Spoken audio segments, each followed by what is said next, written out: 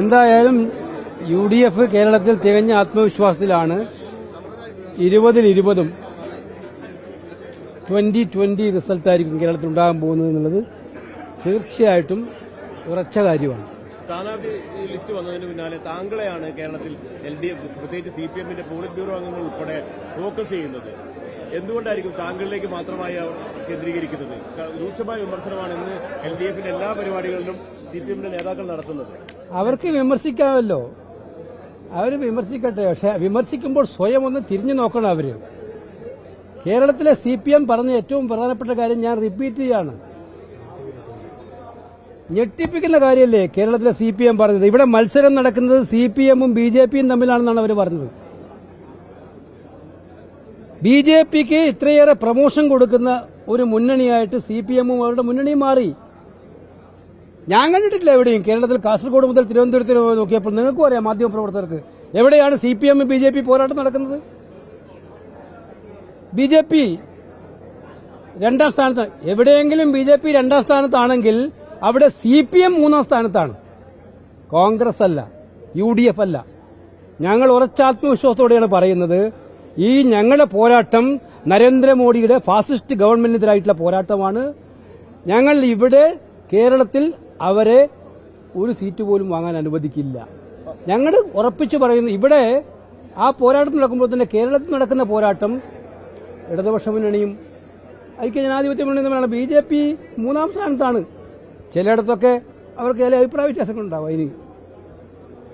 പക്ഷെ BJP-യും ഞങ്ങളും തമ്മിലാണ് മത്സരം എന്ന് പറഞ്ഞ് UDF-നെ തരം താഴ്ത്തി കാണിക്കാനുള്ള അവരുടെ വ്യഗ്രതയിൽ നിന്ന് തന്നെ വ്യക്തമാണ്, അടിയൊഴുക്കുകൾ വ്യക്തമാണ്. അപ്പൊ അവർക്കാകെ അങ്കലാപ്പാണ്.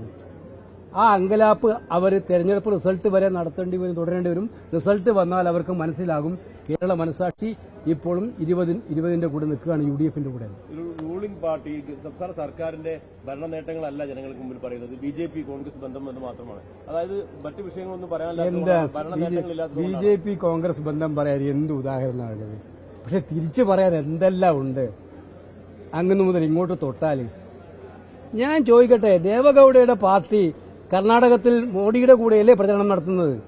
അവരിവിടെ എവിടെയാണ് നിൽക്കുന്നത്? പിണറായി വിജയനെ തൊട്ടടുത്ത് ക്യാബിനറ്റിൽ ഇരിക്കുകയല്ലേ? ആ ഒരു ഉദാഹരണം മാത്രമാണോ? എണ്ണി പറയാവുന്ന എത്രയെത്ര ഉദാഹരണങ്ങളുണ്ട്. അവരുടെ ലക്ഷ്യം, രണ്ടുപേരുടെയും ലക്ഷ്യം എന്താണ്? ഒറ്റ ലക്ഷ്യമല്ലേ? കോൺഗ്രസിനെ പരാജയപ്പെടുത്തുക. കോൺഗ്രസിനെ പരാജയപ്പെടുത്താൻ ഒറ്റ ലക്ഷ്യം മാത്രമേ ഉള്ളൂ. അത് BJP-ക്കും അത്രേ ഉള്ളൂ, CPM-നും അത്രേ ഉള്ളൂ. പക്ഷെ ആ ലക്ഷ്യമൊന്നും ഇവിടെ നടക്കാൻ വേണ്ടി പോകുന്നില്ല. ഞങ്ങൾ 20 സീറ്റും ജയിക്കും. രാജ്യത്ത് മൊത്തം തെരഞ്ഞെടുപ്പ് പ്രവർത്തനത്തിന് നേതൃത്വം കൊടുക്കുന്ന കോൺഗ്രസിന്റെ നേതൃത്വം കൊടുക്കുന്ന ഒരാളാണ് താങ്കൾ. എങ്ങനെയായിരിക്കും ആലപ്പുഴയിലെ പ്രവർത്തനം? ഞാൻ തീർച്ചയായിട്ടും ആലപ്പുഴ എന്ന് പറയുന്നത് എന്നെ സംബന്ധിച്ചിടത്തോളം എന്റെ ഹൃദയവുമായി ചേർന്ന് നിൽക്കുന്ന പ്രദേശമാണ്. എനിക്ക് ആദ്യമായിട്ട് പാർലമെന്ററി പ്രവേശനം അനുവദിച്ചു തന്ന നാടാണ്. എല്ലാ പ്രതിസന്ധി ഘട്ടങ്ങളിലും എന്നോട് നെഞ്ചോട് ചേർത്ത നാടാണ്. അതുകൊണ്ട് എനിക്ക് തികഞ്ഞ ആത്മവിശ്വാസമുണ്ട്. എന്റെ പരിമിതികളെ അവർക്ക് നന്നായിട്ട് അറിയാം, എന്റെ പ്രയാസങ്ങളെ അവർക്ക് നന്നായിട്ട് അറിയാം. ഞാനിപ്പോൾ വരുന്നത് തമിഴ്നാട്ടിൽ നിന്നാണ്. DMK-യുമായിട്ടുള്ള മുന്നണി അവിടെ ഉറപ്പിച്ച്, കോൺഗ്രസ് DMK ബന്ധം ഉറപ്പിച്ച് ആ പ്രഖ്യാപനം നടത്തിയിട്ടാണ് ഇപ്പോൾ ഇവിടെ വരുന്നത്. അപ്പോൾ ഇന്ത്യ മുന്നണിയുമായി ബന്ധപ്പെട്ടിട്ടും അതുപോലെ തന്നെ കോൺഗ്രസിന്റെ പ്രചരണവുമായി ബന്ധപ്പെട്ടും അത്യാവശ്യം കാര്യങ്ങളിൽ ചെയ്യാനുള്ള ഉത്തരവാദിത്വം എനിക്കുണ്ട്. അത് ചെയ്യും. അത് ആലപ്പുഴയിലെ ജനങ്ങൾക്ക് മനസ്സിലാകുമെന്നാണ് വിശ്വാസം. എങ്കിലും ഞാൻ ആലപ്പുഴയിലെ ജനങ്ങളോടൊപ്പം പൂർണ്ണമായിട്ടും ഉണ്ടാവും. കനലൊരു തരി മതി എന്നാണ് കഴിഞ്ഞ തെരഞ്ഞെടുപ്പിൽ സോഷ്യൽ മീഡിയ ആലപ്പുഴയിലെ LDF സ്ഥാനാർത്ഥി വിജയിച്ചത്. ആ തിരികൂടി കെടുത്തു. ഞാൻ വ്യക്തിപരമായ പരാമർശങ്ങൾക്കൊന്നും മുതിരുന്നില്ല. തെരഞ്ഞെടുപ്പിൽ എല്ലാം തീരുമാനിക്കുന്ന ജനങ്ങളാണ്. അവരാണ് പരമാധികാരികൾ. അവർക്ക് വിട്ടുകൊടുക്കുകയാണ് എല്ലാം ഞാൻ. അതാണ് എന്റെ പതിവ് ശൈലി. ഇപ്പോഴും അങ്ങനെ. ഇലക്ഷൻ കമ്മീഷന്റെ രാജിയാണ്, എങ്ങനെയാണ് കാണുന്നത്? അതെ, ഞാൻ സത്യത്തിൽ ഞെട്ടിപ്പോയി. 2019 ഇതുപോലെ സംഭവം ഉണ്ടായി. നിങ്ങൾക്കറിയാം, അശോക് ലവാസ എന്ന് പറയുന്ന തെരഞ്ഞെടുപ്പ് കമ്മീഷണർ, അദ്ദേഹം ചില നിലപാടുകൾ എടുത്തതിന്റെ പേരിൽ, കേന്ദ്ര സർക്കാരിനെതിരായ നിലപാടുകൾ എടുത്തതിന്റെ പേരിൽ അദ്ദേഹത്തിന് അവസാനം തെരഞ്ഞെടുപ്പ് കഴിഞ്ഞു ഒഴിഞ്ഞു പോകേണ്ട വന്ന അവസ്ഥ വന്നു. ഇപ്പോൾ തെരഞ്ഞെടുപ്പ് പ്രഖ്യാപിക്കാൻ ദിവസങ്ങൾ മാത്രം ബാക്കി നിൽക്കുകയാണ്. ഇലക്ഷൻ കമ്മീഷണർ ഒരാൾ രാജിവെച്ചിരിക്കുന്നത്. ഇപ്പോൾ ആകെ ചീഫ് ഇലക്ഷൻ കമ്മീഷണർ മാത്രമേ ഉള്ളൂ.